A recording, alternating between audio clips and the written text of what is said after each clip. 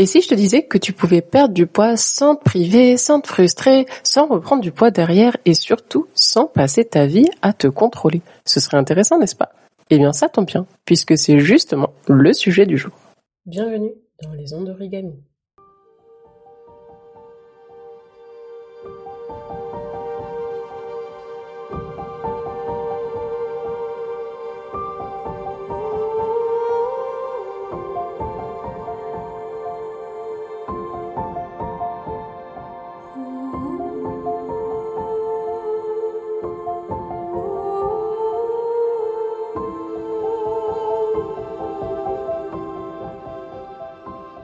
Les ondes d'origami, c'est le podcast qui tisse les liens entre maternité, féminité et énergie et t'aide à révéler la femme puissante, inspirante et lumineuse que tu es vraiment.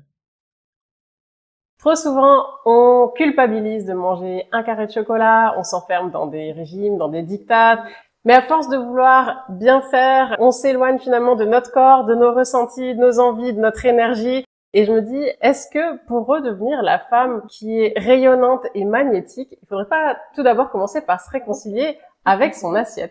Et à cet effet, j'ai le grand plaisir d'accueillir Jessica du site Madame Paléo. Bonjour Jessica. Bonjour. Jessica, je voulais commencer par te demander comment t'en es arrivée à proposer une alimentation plus intuitive, plus créative, plus joyeuse. Écoute, en fait, j'ai commencé à vraiment m'intéresser à l'alimentation en 2020, en décembre 2020, quand en fait on m'a diagnostiqué d'un cancer du sein. Parce que avant ça, je mangeais comme la plupart des gens. En fait, je mangeais sans réfléchir, juste ce que j'avais envie de manger. Et comme tout le monde, je n'avais pas du tout l'impression de manger mal parce que je mangeais des salades et des légumes aussi, mais je mangeais aussi énormément de produits industriels, des frites, des burgers, des pizzas et tout ça. Et en fait, maintenant, avec le recul, je sais qu'à l'époque, j'étais tout le temps fatiguée, j'avais plein des problèmes de peau, j'avais de l'acné, j'avais des maux de tête, en fait, tout ça. Mais je me rendais pas compte que c'était l'alimentation, en fait. Et du coup, quand j'ai eu mon cancer, j'ai fait toute la méthode médicale avec la chimiothérapie et tout ça. Mais j'ai aussi voulu soutenir mon corps avec l'alimentation pour mieux pouvoir se battre finalement. Et donc, du coup, c'est là que j'ai fait des recherches sur l'alimentation et que je suis tombée sur les alimentations anti-inflammatoires qui soutiennent tout le corps et qui soutiennent l'esprit. Et que je me suis rendu compte que finalement, vraiment tout est basé sur l'alimentation, notre bien-être, notre santé, notre beauté finalement aussi. Et voilà, c'est là que j'ai commencé à adapter cette alimentation-là. Et ensuite, après les traitements, je les ai gardés parce que j'ai vu tous les effets bénéfiques qu'ils ont eu sur moi et également sur mon mari parce que lui, il m'a accompagnée dans le changement alimentaire. Et voilà, donc j'ai remarqué que j'avais beaucoup plus d'énergie, je n'avais plus de boutons, je n'avais plus de mal à la tête. Et mon mari, lui, il a perdu plein de poids, en plus, sans effort, en mangeant à sa faim et tout. Et en fait, les changements sur nous étaient tellement visibles que même nos amis, nos familles, ils le remarquaient en fait physiquement.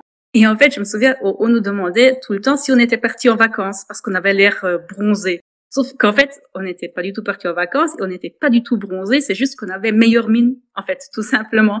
Au fur et à mesure, j'ai commencé à donner des conseils d'alimentation comme ça autour de moi, à ma famille, à mes amis. J'ai commencé à inventer des recettes qui entrent dans cette alimentation-là. Et finalement, ceux qui suivaient mes conseils, ils étaient super contents, ça fonctionnait, ils perdaient du poids, ils se sentaient mieux que moi, en fait. Donc tout le monde avait les mêmes résultats. Et on me disait alors, il faut que tu écrives un livre, ou faut que tu ouvres un restaurant, il faut que tu partages tout ça. Et c'est comme ça que j'ai finalement décidé de créer mon blog madamepaleo.com et par la suite mon programme de perte de poids pour justement pouvoir partager avec un peu avec tout le monde ce que j'ai appris à la dure, en fait. Ouais, c'est tellement puissant et justement ton expérience, elle est waouh, elle est tellement enrichissante et c'est vraiment révélateur justement du fait que on peut sortir du trou même quand on y est bien embourbé. Ouais. Mais ce qu'il faut surtout apprendre de ça, pour moi c'est trop tard, mais pour toutes les autres, c'est que il vaut mieux vivre comme il faut avant d'être dans le trou. Il vaut mieux ne pas du tout tomber dedans.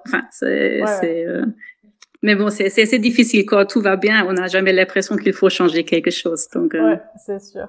Et du coup, sur ton site, tu dis que perdre du poids, c'est facile et que le plus difficile, c'est de pas le reprendre. Est-ce que tu peux nous en dire plus à ce sujet?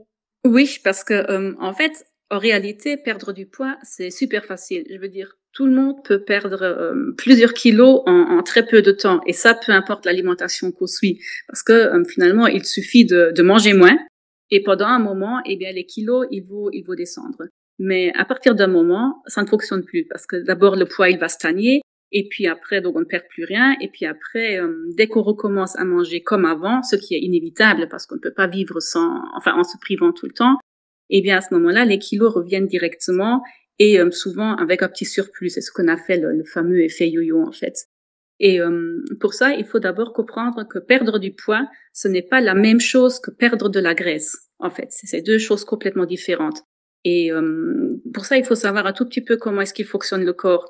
Donc, quand on commence à perdre du poids avec un régime restrictif, donc en disant je mange 1000 ou 2000 calories en moins que d'habitude, eh bien, alors, les premiers jours, on perd quelques kilos, mais en fait, c'est de l'eau qu'on perd. Parce que notre corps, il vide ses réserves de glycogène pour avoir de l'énergie, et ces réserves de glycogène, ils sont stockées dans de l'eau. Donc, quand on élimine le glycogène, ben, on élimine de l'eau aussi. Donc, on peut perdre plusieurs kilos sur quelques jours, mais on n'a perdu finalement aucun gramme de graisse.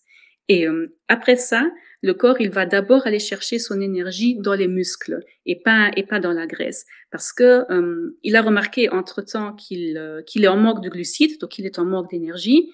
Et en fait, les muscles, ça coûte énormément d'énergie à notre corps d'entretenir et de garder les muscles. Et vu qu'il est dans une logique de diminuer son apport énergétique parce qu'il n'en reçoit pas assez, eh bien, il va d'abord enlever les muscles. Donc, on a déjà perdu de l'eau et des muscles, mais toujours pas de la graisse, en fait.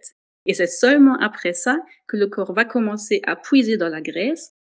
Mais vu qu'entre-temps, il est parti dans un mode de survie, parce qu'il n'a pas assez d'énergie, eh bien, il va réduire tout son métabolisme et en fait utiliser le moins de graisse possible. Et donc du coup, après ça, quand on commence à remanger normalement, eh bien le corps il refait toutes ses réserves qu'il a perdues et il prend une bonne dose en plus parce qu'il a peur de la prochaine famine en fait. Et c'est pour ça que c'est difficile de garder un poids stable si on n'arrive pas à changer toute son approche alimentaire en fait. Donc c'est ça la différence entre perdre du poids sur la courte durée et perdre de la graisse pour toujours. Oui, d'accord. Et justement, toi, tu insistes aussi vraiment sur le fait que il faut pas se frustrer. Donc, tu proposes une approche qui est pas basée sur la frustration et sur la privation, hein, c'est ce que tu disais. Exactement. Des régimes classiques. Pourquoi est-ce que on culpabilise autant de manger quand on est une femme? Écoute, on nous a conditionné quand même depuis presque toujours à croire que notre valeur de femme, elle dépend en très très grande partie de notre apparence. Qu'une bonne femme, c'est une femme mince, c'est une femme qui se contrôle, qui ne mange pas trop, qui ne prend pas trop de place. Et historiquement, les femmes, ils ont toujours été élevées dans l'idée qu'elles devaient se contrôler, donc contrôler leur corps, leurs émotions et l'appétit. Et bien sûr, avec les décennies de magazines de mode, de défilés de mode qui prônent la minceur ou plutôt même la maigreur comme idéal absolu, c'est très compliqué en fait pour nous les femmes. Et encore maintenant, quand on voit une femme qui mange de trop, elle est vite perçue comme excessive, comme incontrôlée ou même indigne quelque part en fait. Donc du coup, les femmes, elles ont beaucoup appris à manger pas en écoutant leur vraie faim, mais en fait en écoutant leur peur. Donc la peur de grossir, la peur d'être jugée, etc. Donc c'est vraiment c'est un grand problème qui est ancré en nous depuis bien longtemps malheureusement. Ouais, justement il faut pas manger ci et ça, ça nous vient aussi avec ça. Oui, exactement. Et de toute façon, ce qu'on dit toujours, il ne faut pas manger ceci, il ne faut pas manger cela, c'est souvent dicté par les industriels finalement. Parce que si tu regardes un peu dans le passé, chaque période, elle a eu son ennemi en fait. Un coup, c'est le gras, un coup, c'est le sucre, un coup, c'est les féculents, et puis c'est les gluten. Et pour l'instant, c'est les protéines animalières qu'on dit qu'on ne peut plus manger. Mais c'est finalement rarement des beaux conseils pour notre bien, pour notre santé. C'est plus des conseils qui suivent une politique ou qui suivent un industriel qui veut vendre tel ou tel produit parce que c'est justement à la mode. Parce que il y a beaucoup de gens qui ne le savent pas, mais par exemple le fait, on dit toujours que le petit déjeuner, que c'est le repas le plus important de la journée. Mais en fait, ça a quand même une phrase qui a été inventée par Monsieur Kellogg, qui voulait vendre plus de ses céréales du petit déjeuner. Donc en fait, il faut jamais écouter ce qu'on nous dit comme ça à la télévision pour ce genre de choses.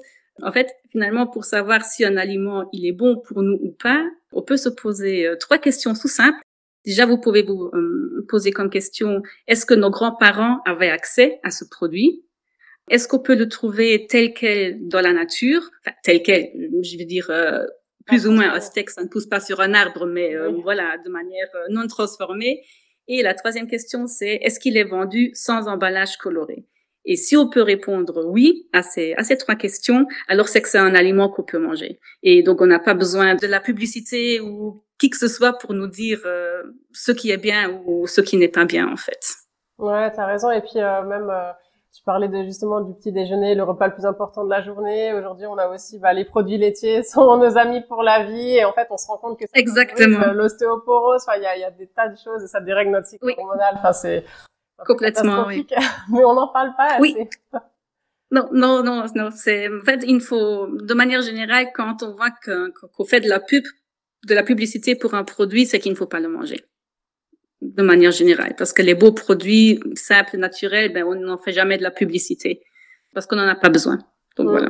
Et comment est-ce qu'on repère, alors qu'on ne s'est pas forcément posé la question au préalable, comment est-ce qu'on repère si notre alimentation elle est plutôt guidée par la peur que tu évoquais ou par la joie, l'intuition? Écoute, je pense qu'il y a, laisse-moi réfléchir, 1, 2, 3, 4 grands signes qui montrent qu'on mange plutôt par peur que par la joie. Déjà, premièrement, si on choisit de manger un aliment ou un plat en se disant parce qu'il faut bien et pas parce qu'on en a envie. Donc, par exemple, typiquement, le midi, une femme, elle va prendre une petite salade alors qu'en fait, qu'elle a faim et qu'elle préférait prendre un plat chaud. Mais elle dit, je prends la petite salade parce que bon, il vaudra quand même mieux faire ça. Donc ça, c'est le premier signe. Après, deuxièmement, si on culpabilise après avoir mangé, c'est le deuxième signe. Donc, même si on prend un petit plaisir en mangeant, généralement, quand on prend un dessert ou quelque chose comme ça, après, on se dit, c'était beau, mais je n'aurais pas dû. Tu n'aurais pas dû craquer. Tu aurais dû rester plus dur. Tu n'auras pas dû. Donc là, dès qu'on culpabilise, on est dans la peur aussi et on n'est plus du tout dans la joie. Aussi, troisièmement, c'est si on commence à compartimenter les aliments en bons et mauvais, sans rien entre les coups. Donc, généralement, le chocolat, c'est mauvais et les légumes, c'est bon. Et il n'y a pas de la place pour des exceptions, en fait. Il n'y a pas de nuance, c'est juste beau, mauvais. Et dernièrement, et ça, je le vois malheureusement beaucoup trop souvent, c'est que quand on se pèse pour savoir si on a le droit de manger quelque chose ou pas. Donc, du genre, j'ai perdu 500 grammes depuis hier, donc c'est bon, je peux manger un petit biscuit au chocolat. Donc ça, c'est vraiment les 4 grands signes qui montrent qu'on mange vraiment par peur. Alors que si on mange avec joie, là, ça veut dire qu'on mange en écoutant son corps, qu'on est détendu pendant qu'on mange et que finalement, après le repas, quand on a fini, on sourit, on est contente et on ne se sent pas coupable finalement. Ouais. Alors pour la petite anecdote, est-ce que tu as une balance? Est-ce que tu te pèses? Oui, je me pèse. Je ne suis pas du tout contre le fait de se peser, mais il faut le faire de manière intelligente. Donc la meilleure manière pour se peser, c'est de se peser tous les jours, à la même heure, et puis de faire la moyenne de la semaine. Parce que notre poids, surtout chez nous les femmes, il varie très très fort d'une journée à une autre avec les hormones, avec ceci, avec cela. Donc on peut vraiment faire régime un jour et avoir quand même pris 500 grammes. Et là, c'est fort frustrant. Donc il faut vraiment regarder la tendance et pas le poids. Et comme je disais, c'est pas le poids, c'est la graisse qui compte, pas le poids en lui-même. Donc ce qui est très très bien en complément, c'est de prendre ces mesurations aussi, parce qu'on voit que le corps qu'il s'affine et voilà, ce n'est pas qu'une question de poids, parce que souvent, quand on commence à faire du sport et tout ça, on prend des muscles, et les muscles, ça pèse plus lourd que la graisse. Donc, on peut très bien prendre la graisse, avoir un corps qui se tonifie, qui se raffermit, mais pas perdre du poids. Donc, je ne suis pas du tout contre le fait de se peser, mais il faut le faire avec intelligence, et pas avoir la balance comme ennemi numéro 1, parce qu'alors, ça mine le moral, quoi. Ouais. Bon, alors, tu as donné l'eau à la bouche de tous. C'est quoi, finalement, une alimentation plus intuitive? En fait, une alimentation intuitive, c'est très facile. Concrètement, c'est manger quand on a faim, s'arrêter quand on n'a plus faim et choisir des aliments qui nous font vraiment du bien, physiquement et émotionnellement. Tout simple. Il faut se reconnecter à son corps pour capter tous ces signaux-là. Et comment est-ce qu'on peut réapprendre à écouter ces signaux de satiété, de faim, de plaisir? La première étape, l'étape la plus importante, je pense, c'est de ralentir et d'écouter notre corps. Parce que, en fait, notre corps, il nous parle tout le temps. mais on ne l'entend plus, on ne l'écoute plus, soit parce qu'on n'a pas le temps, parce qu'on va trop vite, ou bien parce qu'on a complètement oublié comment il faut faire. Donc la meilleure chose à faire, c'est avant de manger, on se pose tout simplement la question, est-ce que j'ai vraiment faim? Tout simplement. Donc, est-ce que j'ai vraiment faim ou est-ce que je mange parce que c'est une habitude ou parce que je m'ennuie ou parce que c'est l'heure de midi et qu'il faut manger.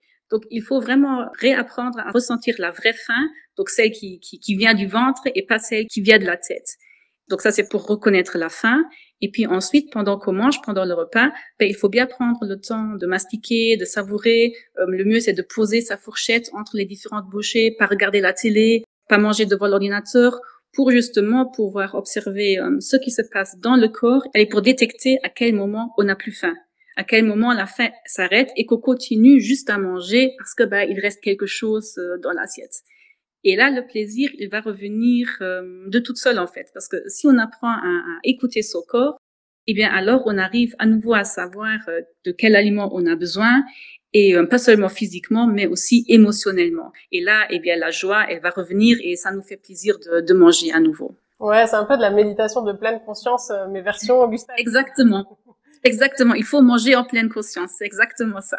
Et est-ce qu'on peut vraiment tout manger, donc y compris des petites sucreries ou un petit carré de chocolat, et quand même retrouver son poids de forme? Ouais, sans problème. Maintenant, il faut faire la différence entre manger de tout et manger tout le temps. C'est vraiment ça la différence. Moi, je suis complètement contre le fait d'interdire des aliments, peu importe lequel, parce que généralement, l'interdiction, ça crée des frustrations, et la frustration, ça finit toujours par se transformer en compulsion et donc en craquage. Donc, ce n'est pas du tout une bonne approche d'éliminer des aliments. L'approche que moi je conseille, c'est au lieu d'enlever des aliments, c'est d'ajouter des aliments.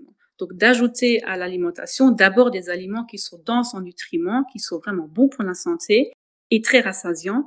Et donc, naturellement, il y aura de moins en moins de place pour des aliments à calories vides qui nous apportent rien du tout. Et à ce moment-là, ça veut donc dire que ces aliments avec des calories vides, on ne les mange plus par besoin, par faim ou pour combler un manque de nutriments, mais on les mange uniquement par plaisir quand on en a vraiment envie. Et du coup, c'est là qu'on se rend compte qu'on n'a pas du tout besoin de manger tout un paquet de biscuits, mais que 1 ou 2 biscuits suffisent. Et c'est là qu'on retrouve un équilibre qui tient sur le long terme, en fait. Ouais, et que tu contrôles aussi cette peur de déraper, quelque part. Hein.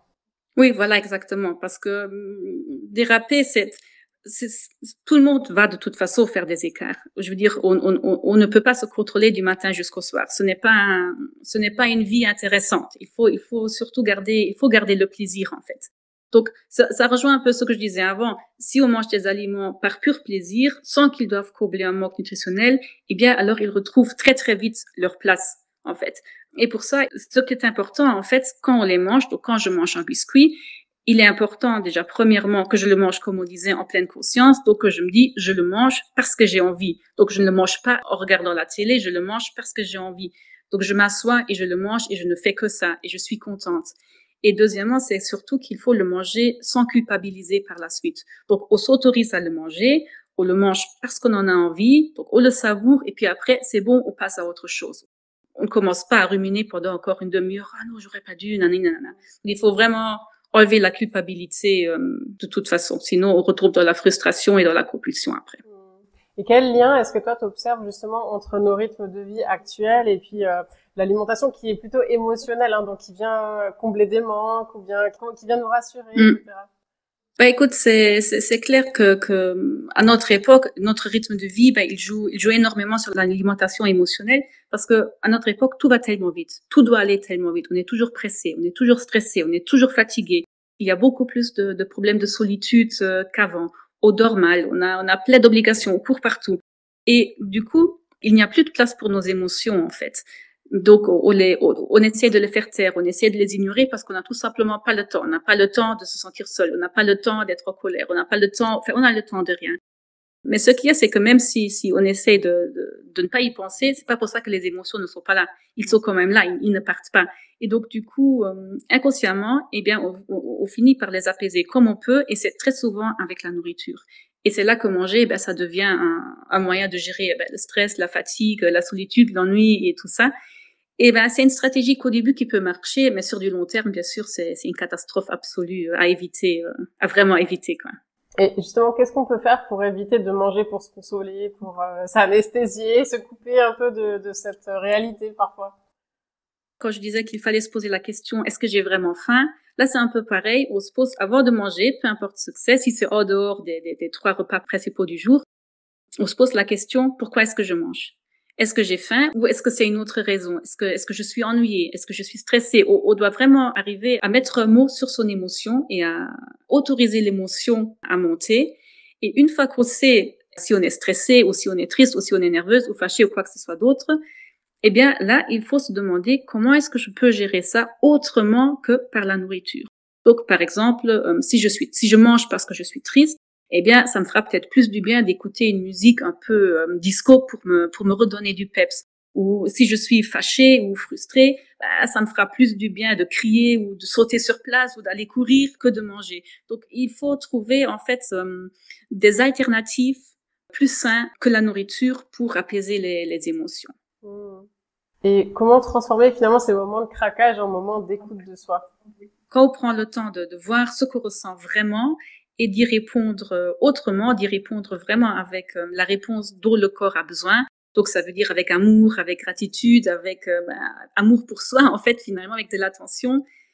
Et ben c'est fait en fait. Il faut vraiment juste prendre le temps de s'écouter et de se donner ce dont on a besoin. Et c'est très souvent en fait juste de l'amour.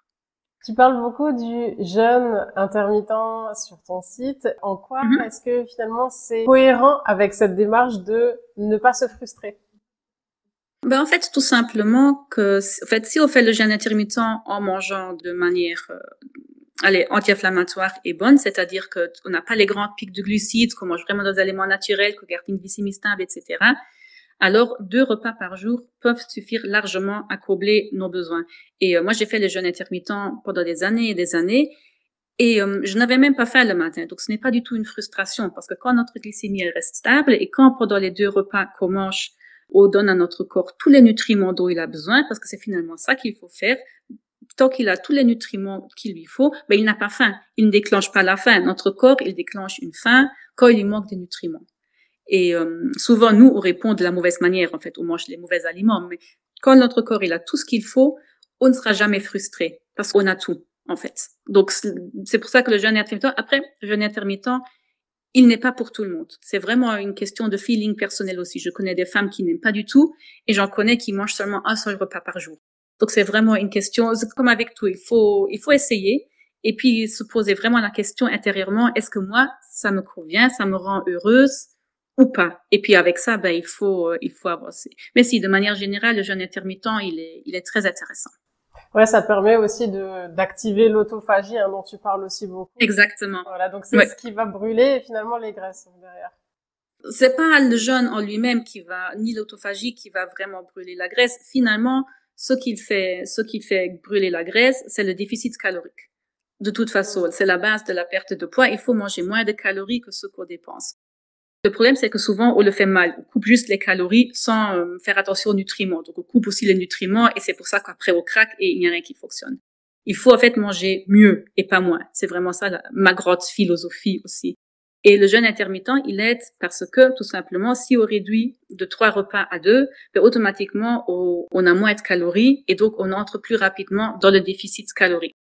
Maintenant, il faut faire attention parce que manger que 2 repas, c'est pas pour ça qu'il faut manger autant qu'on mangeait avant sur les 3 repas.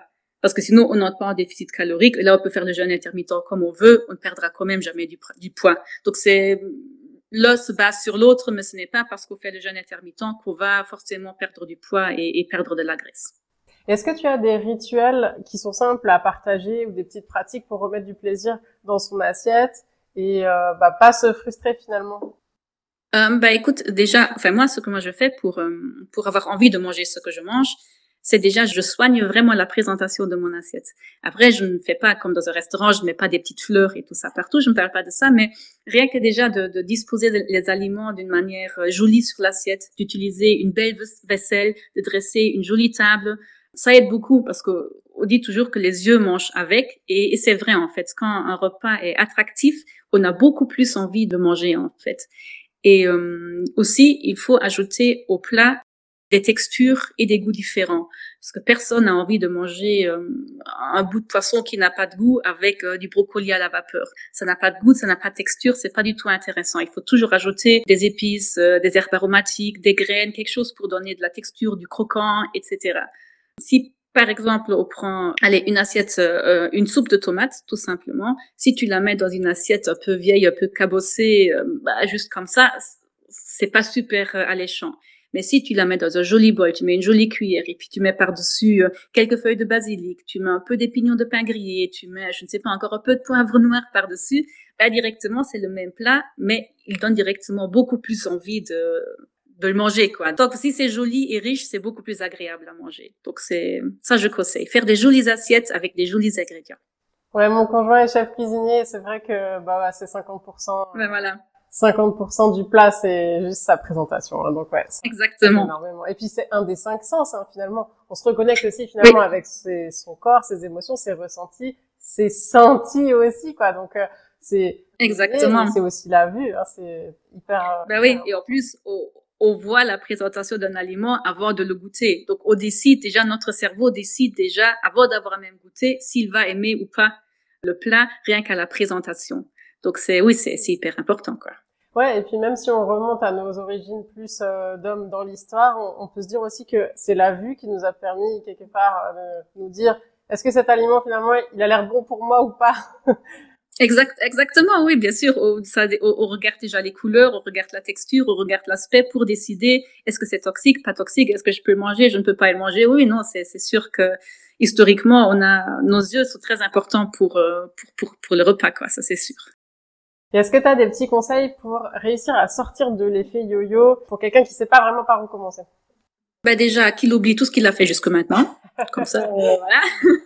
Pour commencer, parce que si on est dans l'effet yo-yo, c'est que ça ne fonctionne pas, ce qu'on fait. Donc voilà. Donc déjà, on oublie tout. Et après, il faut y aller vraiment doucement, parce que souvent les gens surtout les femmes, les hommes aussi, peu importe, qui veulent perdre du poids, ils sont super motivés au début et donc ils ont envie de changer tout du jour au lendemain. Mais ça ne fonctionne pas. On ne peut pas. On doit vraiment y aller petit pas par petit. Donc, au lieu de se restreindre à fond et de compter les calories, il faut, comme j'ai dit, ajouter d'abord des aliments qui sont nourrissants, avec plein de nutriments. Et puis, comme ça, donc ça veut dire des bonnes protéines, des fibres, des bonnes graisses et tout ça, pour après réduire l'apport des calories vides, donc comme les pâtes, les pains, les sauces industrielles et tout ça. Donc, il faut réapprendre à nourrir notre corps. Et une fois que notre corps qu'il est nourri, alors il n'a plus faim. Et quand il n'a plus faim, alors il ne pousse plus à grignoter entre les repas. Et donc, du coup, on diminue déjà l'apport calorique avec ça aussi et on perd du poids. Aussi, ce qui est vraiment important, parce que je vois trop souvent des femmes qui me disent oui, mais quand je mange ma petite salade, j'ai encore faim après, c'est pour ça que je mange du pain ou des biscuits. Oui, c'est clair. Donc, ce qui est super important, en fait, c'est qu'il ne faut jamais avoir faim. Il ne faut pas avoir faim quand on sort de table. Si on sort de table et qu'on a encore faim, alors c'est que notre assiette n'était pas bien équilibrée ou qu'il n'y avait pas assez. Et c'est pas bien, parce que si on a faim, on va après grignoter n'importe quoi après. Et c'est là que ça devient impossible de tenir son poids. Donc, pour ne plus avoir l'effet yo-yo, il faut, et je sais que je me répète encore une fois, mais c'est vraiment la base, en fait, c'est qu'il faut manger mieux et pas moins. D'accord, ouais. Et du coup, tu disais en introduction le rééquilibrage alimentaire que tu as fait, toi, suite à cette maladie que tu as eue. Ça t'a permis de retrouver ta vitalité, d'être moins fatiguée, etc. En quoi, finalement, l'alimentation, ça a un lien, ça a une reconnexion à soi, mais aussi à son énergie, à sa vitalité? Comment est-ce que tu expliques ça? En fait, si on manger, ce n'est pas juste se remplir le ventre ou se nourrir, c'est aussi se faire du bien. Et c'est accepter et combler ses vrais besoins, en fait. Donc, à partir du moment qu'on commence à soigner son alimentation, donc c'est-à-dire à manger des aliments qui nous font du bien, eh bien, on signale indirectement à notre corps qu'on l'aime, qu'on l'écoute, qu'on prend soin de lui et qu'on le soutient, en fait, qu'on le remercie pour tout ce qu'il fait pour nous. Et on le remarque parce que dès qu'on mange bien, eh bien, on se sent bien, l'énergie remonte, la digestion s'améliore, l'humeur se stabilise. Et ce n'est pas un hasard, parce que bien manger, ça ne fait pas seulement du bien au corps, mais aussi ça fait du bien aux émotions. Ça régule les hormones, ça régule la glycémie, ça régule le système nerveux, et ainsi de suite. Donc automatiquement, si on mange bien, on prend soin de soi et c'est une grande preuve d'amour finalement de le faire. Ouais, c'est notre deuxième cerveau, hein, finalement, l'estomac. Ouais. Et quel est le message que tu aimerais transmettre à toutes celles qui veulent reprendre soin d'elles à travers leur alimentation? Je leur dirais, allez-y, foncez. Parce que franchement, ça change tout, ça change tout. Et c'est la meilleure décision que vous allez prendre de toute votre vie. Et vous allez tellement vous sentir mieux après que vous n'allez pas le regretter, c'est sûr. C'est un changement complet et ça change la vie. Ça change vraiment la vie pour le mieux. Je vais te poser une dernière question, Jessica. Où est-ce qu'on peut retrouver tes accompagnements? Il y a mon blog madamepaleo.com qui est rempli d'articles sur l'alimentation, sur la perte de poids, comme on disait, sur le jeûne intermittent, etc. Et bien sûr, il y a aussi tout plein de recettes à tester. On peut aussi s'inscrire à ma newsletter. J'envoie plus ou moins un mail par semaine aussi avec des conseils supplémentaires, avec des recettes supplémentaires. Et ici, bien sûr, je viens de terminer de sortir en fait mon programme de perte de poids qui s'appelle Le pouvoir du papillon et qui en fait est un programme conçu que pour les femmes en fait et qui prend vraiment en compte la globalité de la femme. C'est un programme pas seulement pour perdre du poids vite fait, bien fait, mais pour comprendre comment est-ce qu'il fonctionne mon corps. Pourquoi est-ce que j'ai pris du poids? Pourquoi est-ce que jusque maintenant je n'ai pas réussi à le perdre? Donc c'est vraiment très, très, très complet. Et c'est pour ça que ça fonctionne d'ailleurs. C'est parce que on ne fait pas que appliquer des interdits, mais on comprend ce qu'on fait et on réfléchit avec. Et c'est avec ça qu'on, peu à peu, on change notre approche à l'alimentation et à notre vie. Et on change de vie et on change de corps. Et on retrouve un corps qu'on adore. C'est le grand but. Ah, super. Merci beaucoup, Jessica. Merci à toi. Toutes les coordonnées de Jessica sont dans la description de la version vidéo de cette interview que vous pourrez retrouver sur YouTube. Et moi, j'ai envie de vous dire merci infiniment pour votre écoute fidèle et à la prochaine pour un nouvel épisode.